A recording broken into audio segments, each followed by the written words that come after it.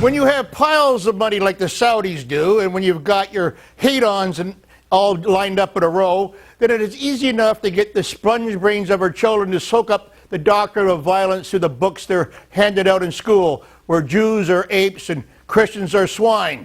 Nothing like locking up the next generation early. Joining me today from Washington, D.C. is Nina Shea, director of the Huston Institute Center on Religious Freedom and author of the report, 10 Years On, Saudi Arabia's Textbook Still Promotes Religious Violence. Thanks for this, Ms. Shea, and good to be talking to you. Great to be here. Thanks, Mark. Your first effort on this was 11 years ago, or 10 years ago, a few days after 9/11.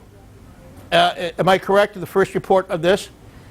Well, the first report I finished in '05, and I had started working on it several years before, actually, when a group of Muslims came to me and said, when are you going to deal with religious freedom? When are you going to start studying what Saudi Arabia is preaching about other Muslims? And that's when I started delving into the textbooks and published my first report in '05. Okay, and then I did one in '06 and one in '08, and then one now. And this is your fourth? This is my fourth. Why are you caught to these school book passages? I mean, how are we ever going to combat the war on terror? To kill witches. So it's literally a witch hunt.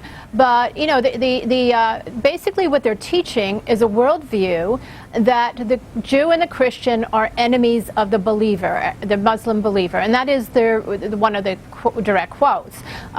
The clash between the Muslim nation and Christians and Jews will endure as long as God wills. That Muslims will fight the Jews until Judgment Day, and then God will let the Muslims win. So it's a much more violent indoctrination than simply just hatred. Okay, we now have up on our board the one quote from, it's taught in grade 9 about, you know, I can just see it again one more time. Okay, the one you just referenced. How do you respond to that? The struggle with the Muslim nation, with the Jews and Christians, has endured, and it will continue as long as God wills. Yeah, it's a very Manichaean worldview where the Muslims are taught that they are good and that everybody else is bad, and that they must be fought and they must be killed, and God wants it this way. And that runs throughout the high school curriculum and junior high curriculum. They explicitly condone jihad and say that jihad is a profitable trade. That is another one of the quotes from the 12th grade. So this is part of that worldview. Yeah, and then there's this other quote from this: it is obvious to you the invalidity of any alleged claims by the Jews to their right to inhabit the land of Palestine. The incontrovertible truth is that the Jews lived all their lives without a homeland. Whenever they settled, the peoples hate them and cast them out. It goes on to read that they can't relate to any community except for the purpose of extorting money from them. You know, the old Jewish caricature of the Shylock, I guess is how they're referring to. Well, no group is more vilified in these textbooks than Jews, of course. It's rank anti-Semitism. Anti-Semitism doesn't even begin to describe it. It talks about, killing the Jews, God will approve of this, and that none of Israel is legitimate. It's totally delegitimized and all claimed as occupied land of the Muslims. By the way, so is Romania, Spain, and Bulgaria, and other countries. But they go on to talk about the protocols of the elders of Zion as a historical fact, that these fabricated reports about Jews wanting to take over the world are actually true. They teach that in the schools.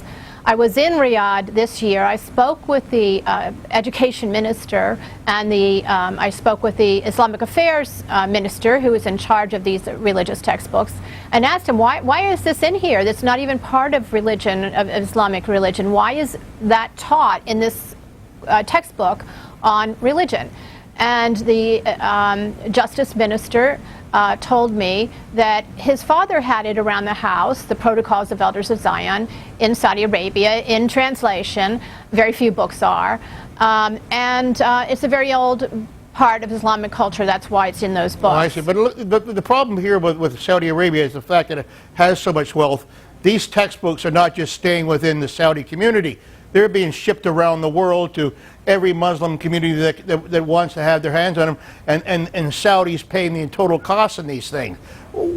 So, I mean, that's correct. That's spreading the voice, I mean, everywhere around the world.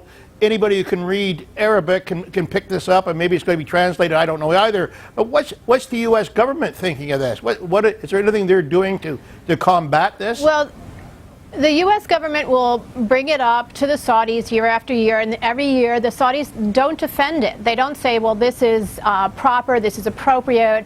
They, in fact, say, we're going to change. We have a new 2-year plan. We have a new 3-year plan.